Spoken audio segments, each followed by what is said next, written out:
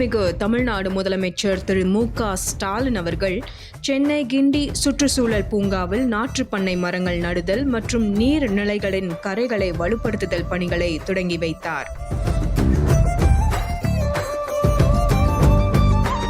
மக்கள் நல்வாழ்வுத்துறையில் 18,90,46,000 ரூபாய் மதிப்பீட்டிலான 87 புதிய 108 அவசர கால ஊர்தியின் சேவையினை பொதுமக்களின் பயன்பாட்டிற்காக கொடியசைத்து துவங்கி வைத்தார். சென்னை ஓபன் சர்வதேச மகளிர் டென்னிஸ் சாம்பியன்ஷிப் 2025 போட்டியில் வெற்றி பெற்றவர்களுக்கு பரிசுகள் வழங்கினார் மாண்புமிகு முதலமைச்சர் அவர்கள்.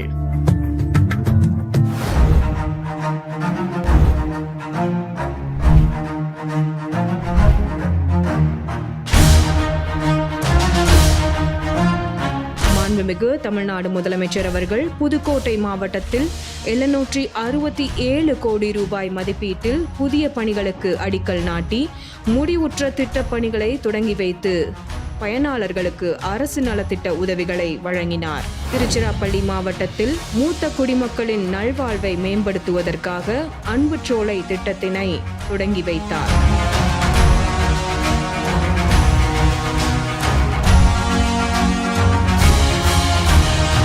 மாண்புமிகு முதலமைச்சர் அவர்கள் காவல்துறை சார்பில் பெண்களின் பாதுகாப்பினை உறுதி செய்வதற்காக மாநகரங்களின் பயன்பாட்டிற்காக 12 கோடி ரூபாய் செலவில் 80 இளஞ்சிவப்பு ரோந்து வாகனங்களின் சேவைகளை கொடியசைத்து துவங்கி வைத்தார்.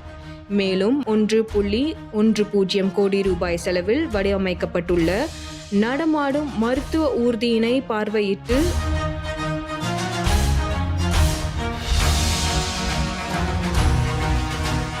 196 உதவியாளர்கள், 18 வட்டார சுகாதார புள்ளியியலாளர்கள் பணியிடங்களுக்கு பணி நியமன ஆணைகளை வழங்கினார். சென்னை பெரியமெட்டில் 3.86 கோடி ரூபாய் செலவில் புதிதாக கட்டப்பட்டுள்ள சார் பதிவாளர் அலுவலகத்தை திறந்து வைத்தார். மேலும் ரூபாய் 5.24 கோடி செலவில் புதுப்பிக்கப்பட்டுள்ள பெரியார் நூலகத்தை திறந்து வைத்தார்.